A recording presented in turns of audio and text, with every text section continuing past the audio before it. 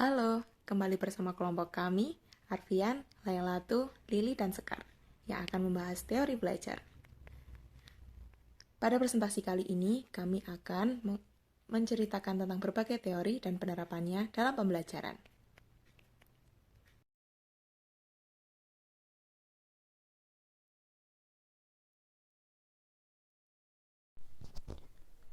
Penerapan teori belajar behaviorisme. Teori belajar behavioristik adalah teori belajar yang mengedepankan perubahan tingkah laku peserta didik sebagai akibat dari adanya proses belajar. Dengan kata lain, belajar merupakan perubahan yang dialami siswa dalam hal kemampuannya untuk bertingkah laku dengan cara yang baru sebagai hasil interaksi antara stimulus dan juga respon. Artinya, seseorang dianggap telah belajar jika ia dapat menunjukkan perubahan tingkah laku. Contoh penerapan teori behavioristik di dalam kelas.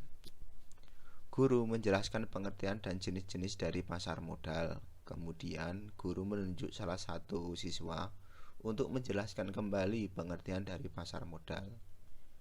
Bila siswa tersebut tidak dapat mengulangi pengertian dari pasar modal, jadi dapat dikatakan siswa tersebut belum memperlihatkan perubahan tingkah laku. Kemudian, guru mengulangi pengertian dari pasar modal dan juga jenis-jenisnya secara teliti, lalu meminta siswa tersebut untuk mengulanginya kembali.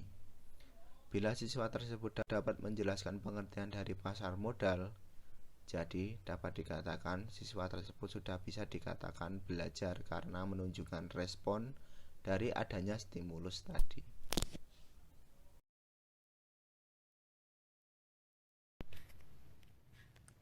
Penerapan teori belajar kognitivisme. Teori ini mementingkan proses daripada hasilnya. Belajar merupakan suatu bentuk perubahan akan informasi pengetahuan. Pembelajaran berfokus pada cara bagaimana peserta didik memperoleh, memahami, dan menyimpan informasi dalamnya. Pembelajaran menekankan pada proses berpikir yang kompleks. Kegiatan belajar mengajar melibatkan keaktifan peserta didik untuk membangun pengalaman belajar. Hasil pembelajaran tidak hanya bergantung pada informasi yang diberikan oleh guru, tetapi juga pada cara peserta didik memproses informasi tersebut.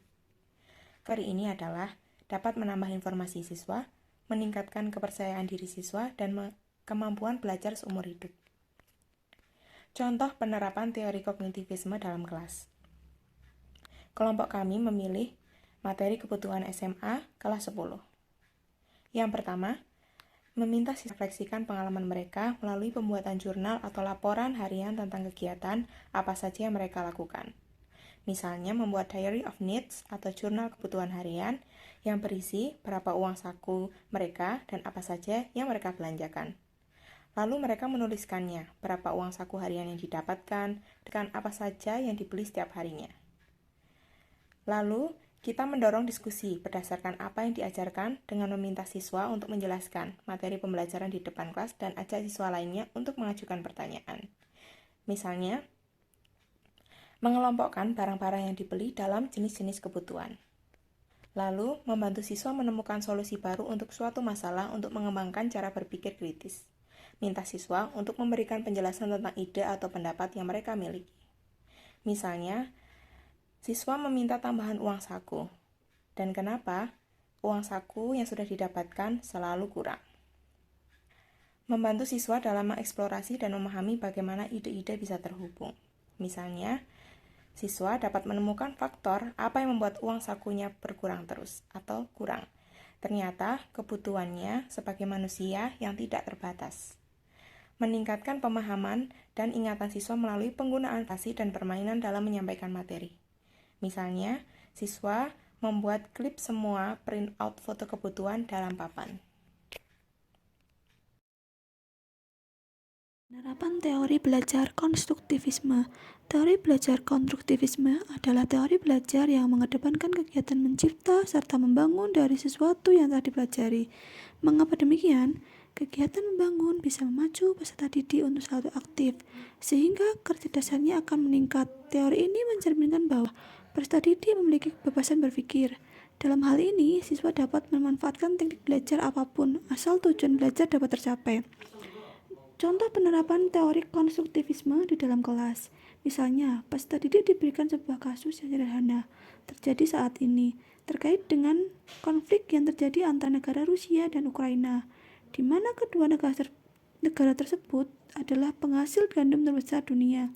Dalam hal ini, peserta didik diajak untuk berpikir apa yang akan terjadi dengan permintaan dan penawaran gandum dalam pasar akibat konflik tersebut.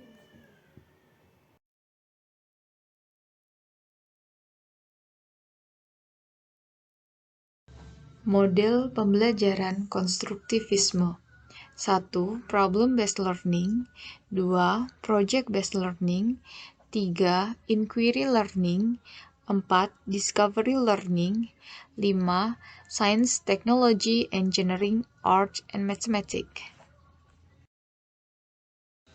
PJBL atau Project-based learning adalah sebuah metode pembelajaran yang menggunakan proyek atau kegiatan sebagai media. Metode ini menuntut siswa untuk dapat melakukan eksplorasi, penilaian, interpretasi, sintesis, dan informasi untuk menghasilkan berbagai bentuk hasil belajar. Sedangkan PBL atau Problem-Based Learning merupakan sebuah metode yang mengenalkan siswa pada satu kasus yang memiliki keterkaitan dengan materi yang dibahas. Siswa kemudian akan diminta untuk mencari solusi untuk menyelesaikan kasus atau masalah tersebut. Bedanya pembelajaran berbasis masalah dengan pembelajaran berbasis proyek adalah pada pembelajaran berbasis masalah, solusi yang ditawarkan tidak harus berbentuk produk. Discovery learning adalah rangkaian kegiatan pembelajaran yang melibatkan secara maksimal seluruh kemampuan peserta didik untuk mencari dan menyelidiki secara sistematis, kritis, dan logis sehingga mereka dapat menemukan sendiri pengetahuan, sikap, dan keterampilan sebagai wujud adanya perubahan perilaku. Pada pembelajaran model ini, siswa sudah memiliki dasar pengetahuan atau pengalaman sebelumnya. Sedangkan inquiry learning adalah kegiatan pembelajaran yang memfasilitasi peserta didik untuk mengajukan pertanyaan, melakukan penyelidikan atau pencarian, eksperimen atau penelitian secara mandiri untuk mendapatkan pengetahuan yang mereka butuhkan. Dalam metode ini, peserta didik diarahkan agar dapat mencari tahu sendiri materi yang disajikan dalam pembelajaran dengan cara mengajukan pertanyaan dan investigasi mandiri. STEAM atau Science, Technology, Engineering, Art, and Mathematics adalah pendekatan pembelajaran yang mengintegrasikan antara pengetahuan alam, teknologi, mesin, seni, dan matematika dalam satu pengalaman belajar siswa. Sains berupa pengetahuan alam, teknologi adalah kemampuan menggunakan dan mengikuti perkembangan teknologi, engineering adalah keterampilan mendesain sebuah karya, art adalah kemampuan menggabungkan kesenian dalam produk yang digunakan atau diciptakan, matematik adalah menyusun secara sistematis dan logis. Kasus 1. Tania adalah anak berusia 7 tahun dengan kemauan dan kemampuan yang rendah.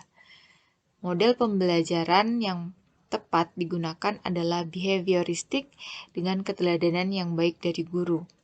Dan untuk meningkatkan motivasi diperlukan metode reward dan punishment, sehingga dia termotivasi untuk mau melakukan hal-hal baik, sehingga terjadi perubahan tingkah laku.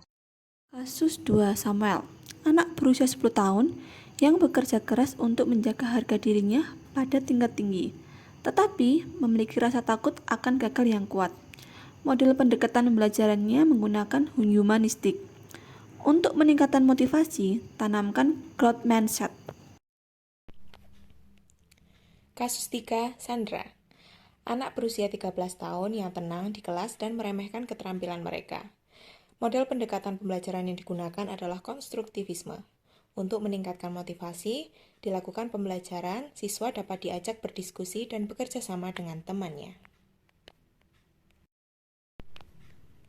Kasus 4 Robert. Anak berusia 16 tahun yang menunjukkan sedikit minat di sekolah dan saat ini tinggal bersama dengan bibinya. Anda sudah tidak dapat menghubungi orang tuanya. Model pendekatan pembelajaran yang digunakan adalah humanistik untuk meningkatkan motivasinya, yakni dengan membangun kelas yang mendukung atau learning community. Sekian dari kelompok kami. Terima kasih, semoga bermanfaat.